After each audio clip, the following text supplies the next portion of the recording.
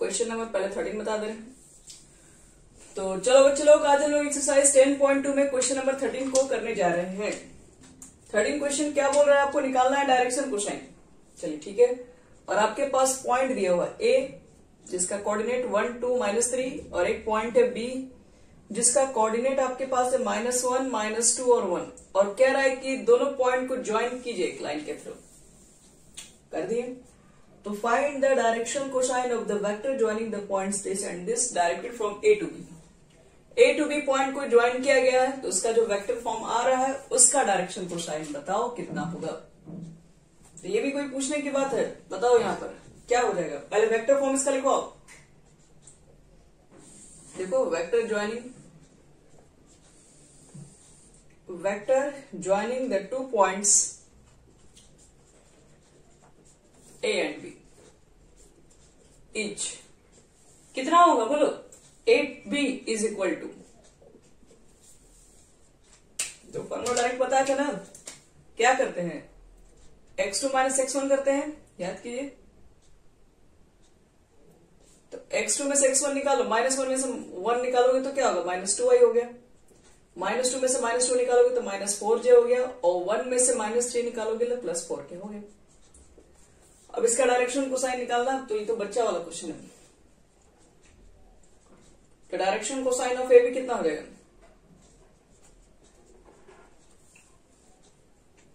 तो क्या बताते हैं, -2 लिखोगे, नीचे क्या लिखोगे √, ये तीनों का स्क्वायर करके जोड़ दो, 16 और 2 कितना हो गया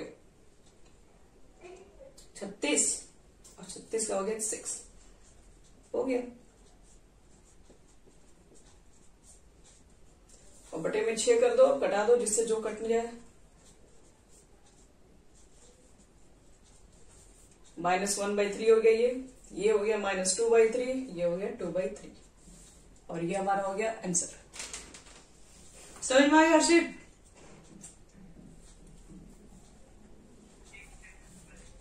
चलिए अब देखो एक और क्वेश्चन बता रहा है 14 नंबर। 14 क्वेश्चन में कह रहा है सो दैट द वेक्टर कौन सा है, i है +j + k is equally inclined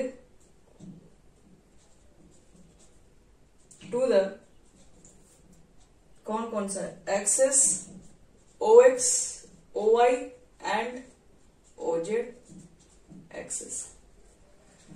prove करके दिखाओ कि एक लाइन है, कौन सा लाइन है, यही इस लाइन का इक्वेशन है, वेक्टर फॉर्म में लिखा हुआ i + j + k, और कह रहा है कि प्रूव करके दिखाओ कि वो x एक्सिस के साथ, y एक्सिस के साथ और z एक्सिस के साथ इक्वल इंक्लाइंड है, इक्वल एंगल बना रहा है। No problem. देखिए इसको कैसे प्रूव करेंगे।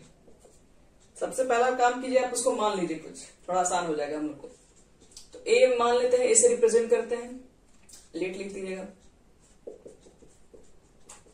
तो let vector A equally inclined मान लेंगे वो प्रूव करना है क्या। तो हम मान लेते हैं कि लेट वेक्टर ए इंक्लाइंड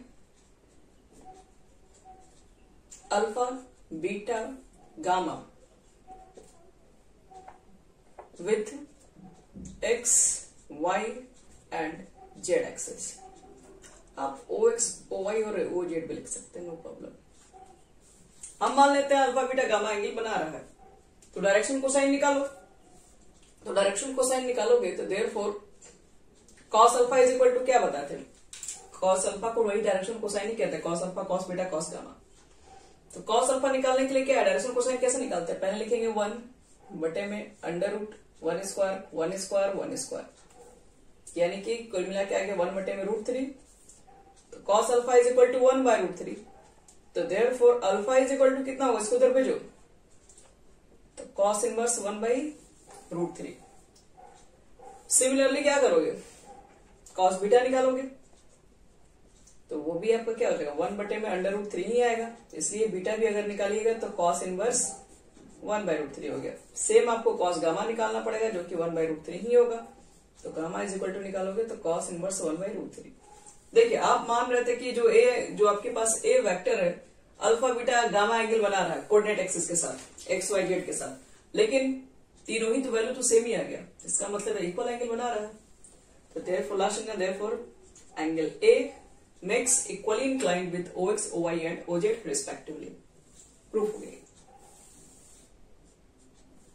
समझ में आएगा तुमको जिया कैसे बनेगा?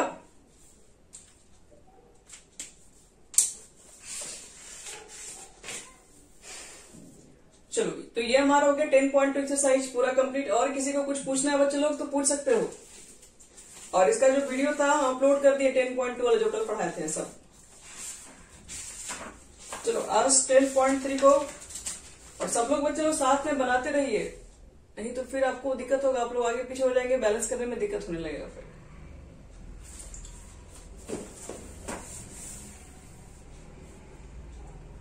चलो अब स्टार्ट करने जा रहे हैं डॉट प्रोडक्ट, क्योंकि हम लोग एडिशन सब्ट्रैक्शन ये सब जान चुके हैं कैसे होता है वेक्टर के अंदर।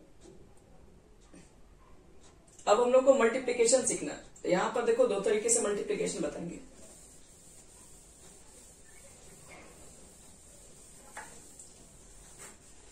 चलो सब लोग हेडिंग करेंगे। आज का हमारा नया topic product of two vectors. Two vector को प्रोडक्ट करने का क्या तरीका है? जोड़ने घटाने का तरीका तो बहुत इजी था, बस सिंपल ऐड करना, आई के साथ आई, जे के साथ जे जुड़ता था। आओ सीखते हैं प्रोडक्ट कैसे करेंगे। तो आज का आप लोग हेडिंग लिख दो प्रोडक्ट ऑफ टू वेक्टर्स। दो वेक्टर को हम आज प्रोडक्ट करने जा रहे हैं। तो देखो कैसे करेंगे प्रोडक्ट दो वेक्टर का। तो प्रोडक्ट भी याद रखना दो तरीके से होती है। आप दो वेक्टर को मल्टीप्लाई करेंगे तो हो सकता है मल्टीप्लाई करने के बाद वो स्केलर या फिर डॉट प्रोडक्ट बन जाए। मतलब हो सकता है दो वेक्टर का मल्टीप्लाई आपको स्केलर क्वांटिटी दे दे, या फिर ऐसा भी हो सकता है कि दो वेक्टर का मल्टीप्लाई आपको क्या मिले, वेक्टर या फिर इसको बोलते हैं क्रॉस प्रोडक्ट।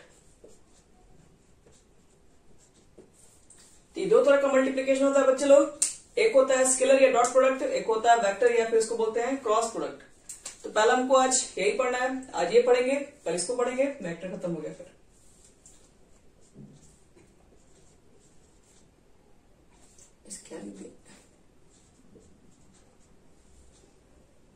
स्केलर या फिर dot product.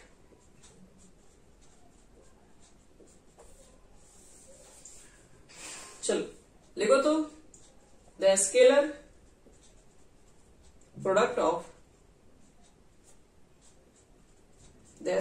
Product of two non zero vector A and B denoted by A dot B। पहले तो दो आपके पास नॉन जीरो वेक्टर है, उसका A डॉट B निकालोगे तो उसको ऐसे इंडिकेट करते हैं। देख लो डॉट को डॉट से लिखे हैं, क्या इसका मतलब होता है? तो आओ A डॉट B भी दिखा देते हैं इसका मतलब क्या है। इज आपके पास मान लीजिए एक वेक्टर A है इस डायरेक्शन में, दूसरा वेक्टर आपके पास B है इस डायरेक्शन में, और दोनों ने आपस में इंक्लाइन किया है थीटा। तो आप जब A डॉट B निकालेंगे तो जो A डॉट B की जो वैल्यू होगी, क्योंकि A डॉट B आपका एक स्केलर प्रोडक्ट है, जब भी आपको निकलेगा एक स्केलर क्वांटिटी को रिप्रेजेंट करेगा। स्केलर का मतलब है कोई मैग्नीट्यूड बता रहा होगा। तो वेक्टर A इसका वैल्यू निकालोगे तो मैग्नीट्यूड ही बताता है, कोई नंबर बताएगा। वेक्टर B ये भी बताओगे तो कोई मैग्नीट्यूड ही बताएगा, और यहाँ पर रहता है दोनों के बीच का एंगल यानी कि कॉस थीटा।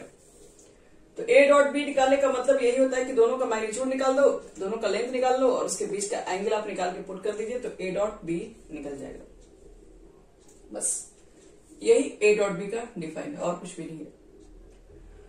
तो इसको डिफाइन को थोड़ा अच्छे समझने के लिए इसके ऑब्जर्वेशन को चेक करना पड़ता है कि A डॉट B एक्चुअल में कैसे फाइंड कर सकते हैं अलग अलग वेक्टर से। तो मिटा रहे हैं यहाँ पे ऑब्जर्वेशन इसका। देखिए सबसे इंपॉर्टेंट इसका ऑब्जर्वेशन ही सब होता है। ऑब्जर्वेशन देखो, ऑब्जर्वेशन में पहला कि आप जब भी A डॉट B निकालेंगे, पहले आपको A डॉट B निकालना सिखाई दे, तब आपको ज्यादा अच्छे समझ में आएगा। A डॉट B भी चलिए बात करें, जरूरत पड़ेगा दिखेंगे। ए डॉट बी जो होता है बच्चे लोग इसे कोई भी रियल नंबर हो सकता है किसी तरह का। ए डॉट बी का मान हमेशा क्या निकलेगा, कोई रियल नंबर निकल सकता है। दूसरी बात, अब ए डॉट बी निकालें और वैल्यू आ गया 0। ए डॉट बी का वैल्यू 0 कब हो सकता है, खुद से देखो। ए डॉट बी होता है mod A into mod B into cos theta, और इधर लिख दोगे तुम 0, तो इसका मतलब है सीधे कॉस थीटा का मान 0 हो गया, और कॉस थीटा का मान 0 हो गया तो थीटा इज इक्वल टू आ गया 90 डिग्री, क्योंकि 90 डिग्री पर कॉस 0 होता है। तो बोल सकते हो कि ए परपेंडिकुलर बी हो जाएगा फिर उस कंडीशन में। तो कभी भी आपको प्रूफ करने के लिए मिल जाए कि दो वेक्टर को परपेंडिकुलर प्रूफ करो, तो आपको बस दिखा देना है कि ए डॉट बी का मान 0 है तो ए परपेंडिकुलर बी होगा ही आपका। और कभी अगर थीटा का मान 0 आ जाता है तो खुद से दिमाग लगाओ, थीटा का मान 0 हो गया, कॉस थीटा 0 आप क्या देगा, तो कॉस 0 1 होता है। तो कॉस 0 1 हो गया तो A dot B is equal to कितना लिखोगे, ए और बी ही रहेगा, क्योंकि कॉस 0 तो 1 होता है। ए डॉट बी वैल्यू इतना ही रह जाएगा आपके पास। और 4 नंबर में ए डॉट ए, इसका मान निकालोगे तो पहले तो डॉट प्रोडक्ट है तो ये तो होगा कोई स्केलर क्वांटिटी, और ए ही है सिर्फ, तो ये मैग्नीट्यूड ए के स्क्वायर के इक्वल होगा हमेशा, ध्यान रखना इसको। पांचवा कहता है कि आपके पास आई डॉट आई बताओ कितना होगा। आई डॉट आई को समझने के लिए क्या लिखोगे, मैग्नीट्यूड आई लिखोगे और फिर कॉस्ट लिखोगे। अब आई डॉट आई के बीच में एंगल कितना होगा, तो पहले तुम खुद से बताओ। ये आई जो तुम लिख रहे हो, आई किसको माना गया, आई एक यूनिट वेक्टर है अलोंग द एक्स एक्सिस। आई क्या यूनिट वेक्टर है अलोंग द एक्स एक्सिस। आप दोनों ही लिए हैं अलोंग द एक्स एक्सिस पे, तो दोनों के बीच का एंगल तो 0 ही है, क्यों नहीं 0 होगा। एक्स एक्सिस का ये भी है, एक्स एक्सिस का ये भी है, तो दोनों वेक्टर के बीच का एंगल क्या है, 0 है। तो कॉस 0 हो जाएगा 1 तुम्हारा, ये हो गया 1, ये यूनिट वेक्टर है तो इसका मैग्नीट्यूड 1 होगा, इसका मैग्नीट्यूड 1 होगा, तो फाइनली ये हो कितना गया 1। तो आई डॉट आई होता है 1। इसी तरीके से आई डॉट जे कितना होगा, जे डॉट जे होगा, ये भी हो गया 1, और के डॉट के भी कितना होगा, ये भी 1। आई में आई करोगे 1 मिलेगा, जे में जे का करोगे डॉट 1 मिलेगा, के में के का डॉट करोगे 1 मिलेगा। 6 नंबर आई में अगर कर दोगे डॉट जे का, तो आप खुद से समझिए दोनों यूनिट वेक्टर, दोनों का मैग्नीट्यूड तो हो जाएगा 1, और आई और जे, आई एक्स एक्सिस के अलॉन्ग लिए रहता है यूनिट वेक्टर, और जे और वाई एक्सिस के अलॉन्ग, और दोनों एक्स वाई आपस में परपेंडिकुलर होता है, तो थीटा 90 डिग्री हो गया, और थीटा 90 डिग्री होगा तो कॉस 90 डिग्री 0 हो जाएगा, यानी कि आई डॉट जे 0 होता है। इसी तरीके से आई डॉट जे अगर 0 होगा तो जे डॉट के भी 0 होगा, क्योंकि इसके दोनों के बीच भी 90 डिग्री एंगल होगा, और आई डॉट के भी 0 होगा।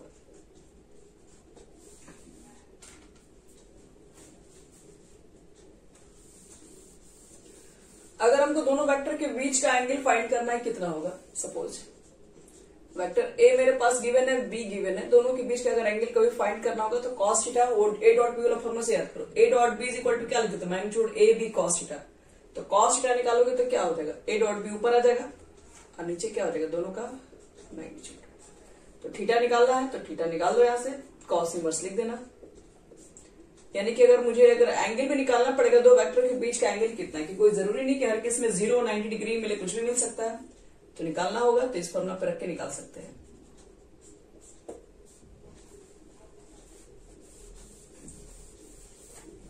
Eight number, A dot B निकालो या बी डॉट ए निकालो, यहां पर कोई फर्क नहीं पड़ता है, इसलिए डॉट प्रोडक्ट एक कॉम्यूटेटिव हो सकता है।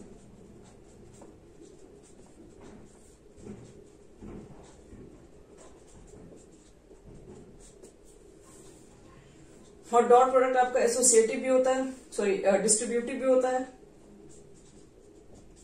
तुम बी प्लस सी जोड़ के उसका डॉट प्रोडक्ट ए के साथ लो, या फिर तुम ए डॉट बी निकालो अब प्लस ए डॉट सी निकालो, ये वैल्यू सेम होता है, इसको बोलते हैं डिस्ट्रीब्यूटिव प्रॉपर्टी। ये दोनों प्रॉपर्टी को फॉलो करता है कौन, तो डॉट प्रोडक्ट। और एक हमारे पास लास्ट है प्रोजेक्शन, उसके बाद ये हमारा हो जाएगा कंप्लीट, इसके बाद क्वेश्चन बनवाएंगे।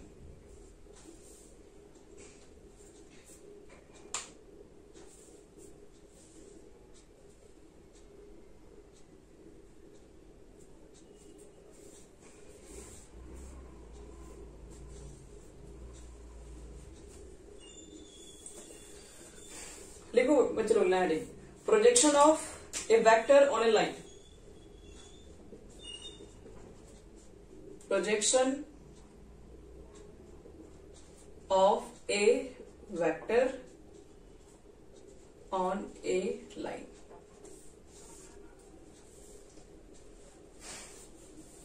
देखो इसका क्या मतलब है, पहले थोड़ा सा इसको समझ लीजिए। आपके पास कोई एक लाइन है,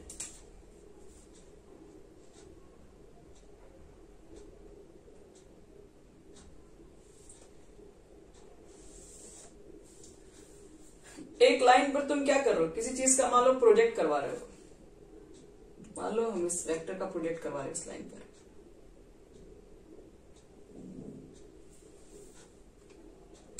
ये एक आपके पास लाइन है, इसको मेल से रिप्रेजेंट कर रहे हैं, और इस पर क्या करवा रहे हो, किसी लाइन का प्रोजेक्ट करवा रहे हो, कुछ ना कुछ एंगल पे करवा ही रहे होंगे। इस वेक्टर को इस लाइन पर, तो इसका जो प्रोजेक्ट होगा, मतलब प्रोजेक्ट का मतलब है कि इसके ऊपर जो सैडेड पार्ट आएगा, अब यहां तो कोई चीजें पास कराओगे तो कुछ सैडेड पार्ट इसका यहीं तक न जाएगा।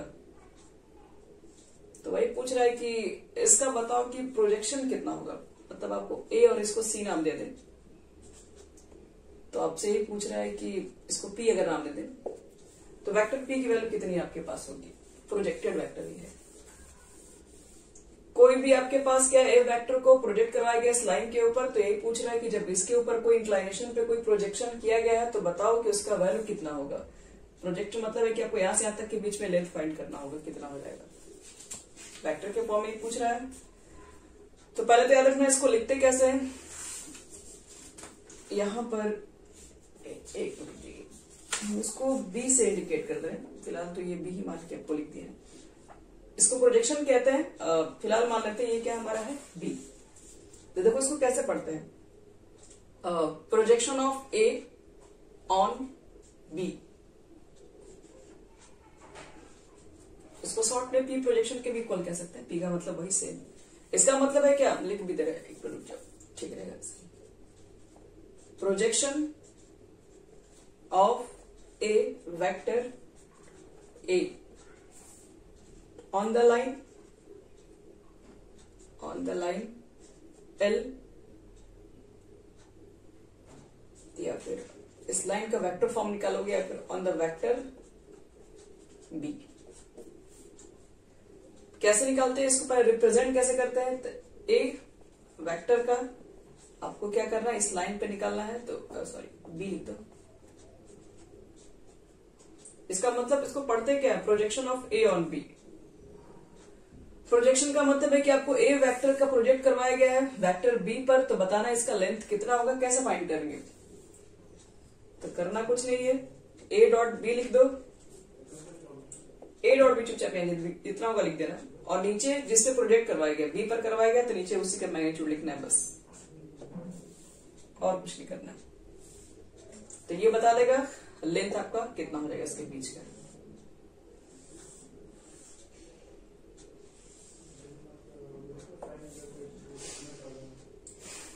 बस कुल मिला के इतना ही आपको करना है। लास्ट में प्रोजेक्शन था जिसमें कोई वेक्टर दिया रहेगा, पूछेगा कि बी वेक्टर पे प्रोजेक्ट करवाएंगे तो कितना होगा उसका प्रोजेक्शन बताइए। तो जो भी पूछेगा उसका डॉट प्रोडक्ट निकालो, और जिस पे प्रोजेक्ट करवाया जाएगा जिस वेक्टर पर भी, उसको नीचे मैग्नीट्यूड निकालना पड़ेगा उसका।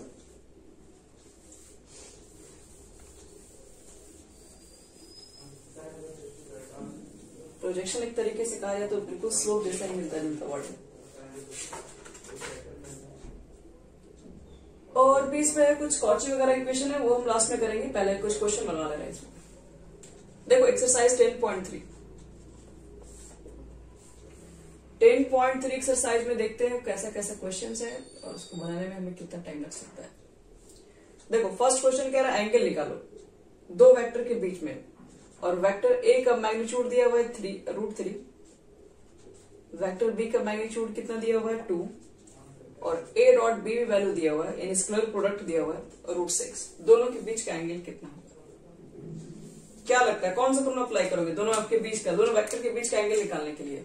देखो एंगल निकालने के लिए कौन फॉर्मूला बताया, cos theta is equal to A dot B बताए, और बटे में दोनों का मैग्नीट्यूड, ए डॉट बी रख दो √6, और दोनों का मैग्नीट्यूड कितना है, एक का रूट 3 है, एक का 2 है। 3 से कटा दो, 2 बार में कट जाएगा, यानी कि ऊपर में रूट 2 और नीचे में 2 को क्या लिख सकते, रूट 2 इंटू रूट 2, यानी कि 1/2। तो कितना एंगल हो गया, 45। तो याद रखना ये दोनों बीच के वेक्टर का एंगल है 45 डिग्री। चलिए मिटाते हैं इसको।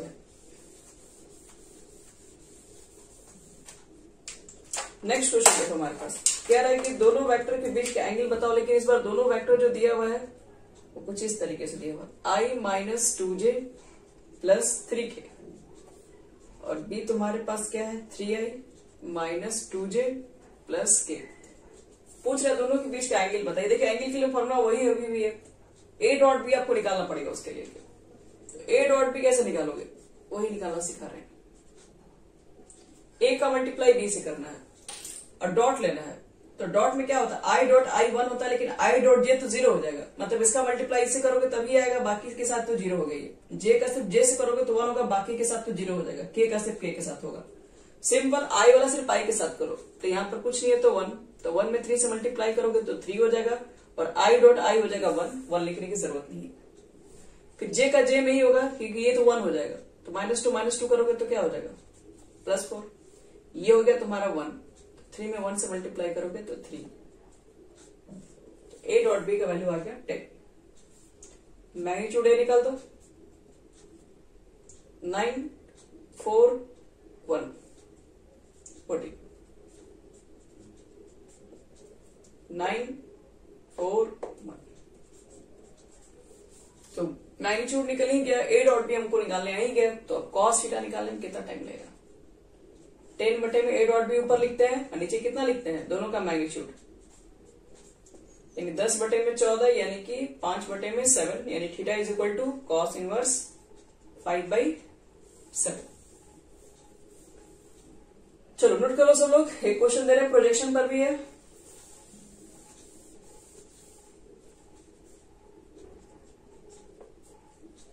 थर्ड हमारा क्वेश्चन कह रहा है फाइंड द प्रोजेक्शन इतना ऑन द वेक्टर इतना। फाइंड करना है, क्या फाइंड करना है, प्रोजेक्शन। किसका प्रोजेक्शन, तो i का, i माइनस j का ऑन द वेक्टर किसके ऊपर, तो i प्लस j पे। देखो कितना होगा, पहले काम कर लेते हैं, इसको a या b से इंडिकेट कर, थोड़ा आसान हो जाएगा हमारे लिए। i माइनस j को a से और b को मान लेना है i प्लस j से। तो a का प्रोजेक्शन b पर निकालना है, तो बताएंगे इसको ऐसे रिप्रेजेंट करते हैं। तो फॉर्मूला होता है a डॉट बी और जिस पर प्रोजेक्ट किया गया उसका मैग्नीट्यूड, दोनों का मल्टीप्लाई करो तो a डॉट बी कैसे निकालोगे, i का i से निकालोगे तो 1, और -1 और +1 -1 हो जाएगा, और मैग्नीट्यूड निकालो इसका b का, तो i का कोफिशिएंट 1, 1 का स्क्वायर 1, j का कोफिशिएंट 1, 1 का स्क्वायर 1, यानी कि क्या हो गया 0, खत्म हो गया पूरा। तो यही है इसका प्रोजेक्शन निकालने वाला। 4 क्वेश्चन है, प्रोजेक्शन है, तो मुझे इसकी बताने की जरूरत नहीं है। 5 नंबर पे देखो कुछ प्रूफ करने के लिए दिया हुआ है।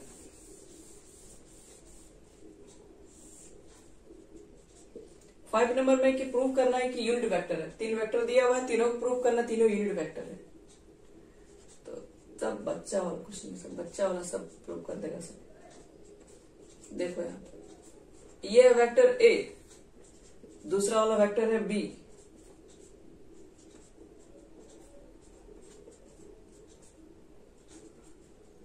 और तीसरा वेक्टर तुम्हारे पास है सी। इसको हम माने हैं, दिया हुआ नहीं था, मान लिया। पहले तो प्रूफ कर रहा है कि तीनों प्रूफ करने के लिए बोले, पहले प्रूफ करो तीनों यूनिट वेक्टर है और तीनों आपस में परपेंडिकुलर है। क्या करेंगे, अगर तीनों यूनिट वेक्टर होगा तो तीनों का मैग्नीट्यूड होना चाहिए 1, अगर वो परपेंडिकुलर है तो कंडीशन बता है a डॉट बी आना चाहिए 0, क्योंकि a डॉट बी 0 आ जाएगा तो थीटा 90 डिग्री अपने आप प्रूफ हो जाएगा। ऑब्जर्वेशन में देखो लिखवा है सेकंड नंबर पे।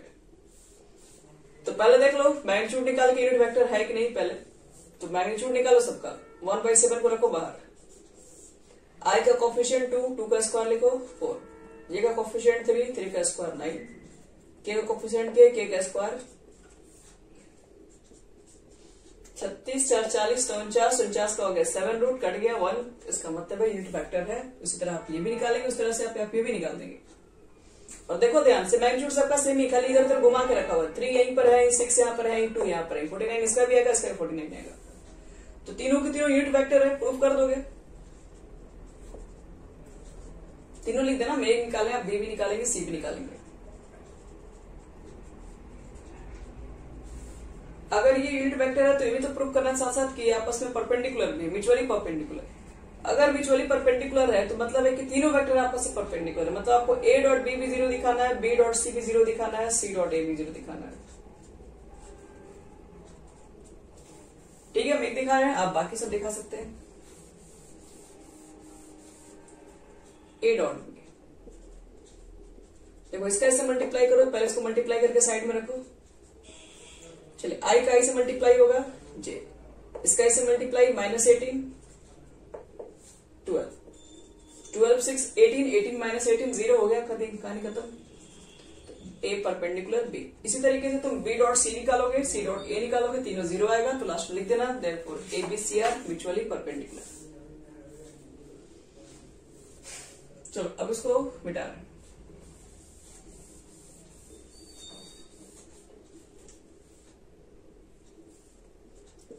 अब देखो ये सब क्वेश्चन कोई ज्यादा इसमें हार्ड क्वेश्चन नहीं है। दिया हुआ आपके पास क्या, a प्लस बी का डॉट प्रोडक्ट है किसके साथ, a माइनस बी के साथ है, और वो किसके इक्वल है, 8 के। और गिवन क्या है, magnitude a is equal to 8 times of magnitude b। निकालना क्या इसमें है, निकालना क्या है, मैग्नीट्यूड a निकालो और मैग्नीट्यूड b का वैल्यू फाइंड करो कितना होगा। चलिए, ये सब निकाला, कोई बहुत बड़ी बात नहीं, आप लोग सब निकाल देंगे इसमें। आओ पहले मल्टीप्लाई करते हैं, इसका ऐसे मल्टीप्लाई करो तो क्या लिखोगे, पहले लिख लो यहाँ पे एक लाइन। देखो इसका ऐसे करोगे तो a डॉट ए,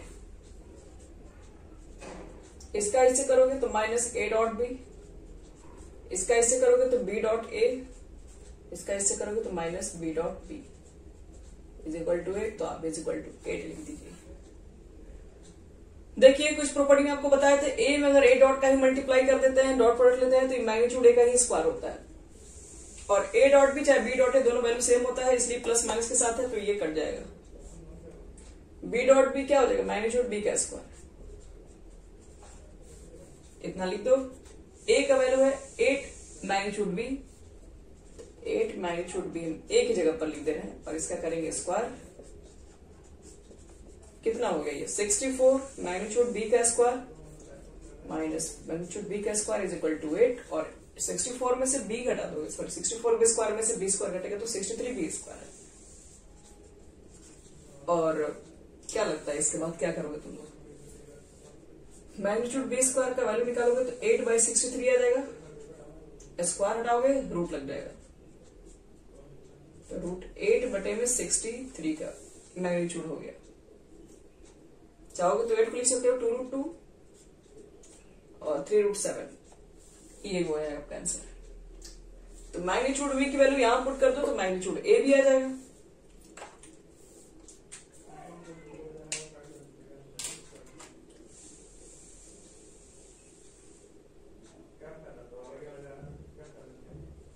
रख दो वहां पे, ए का कितना आ जाएगा, 8 2 16 हो जाएगा, क्योंकि बी का वैल्यू यहां पुट करोगे तो 8 2 16 और बस, और 16√2 और बटे में हो जाएगा 3√7। इसी तरह से हो जाएगा बच्चे लोग, आप फटफट बना सकते हैं, कोई इसमें हार्ड क्वेश्चंस नहीं है। उसी तरीके से फिर जोड़ने वाला है, जोड़ने के बाद प्रूव करना है कि परपेंडिकुलर है, इस टाइप के क्वेश्चन है तो आपको प्रूव करना होगा।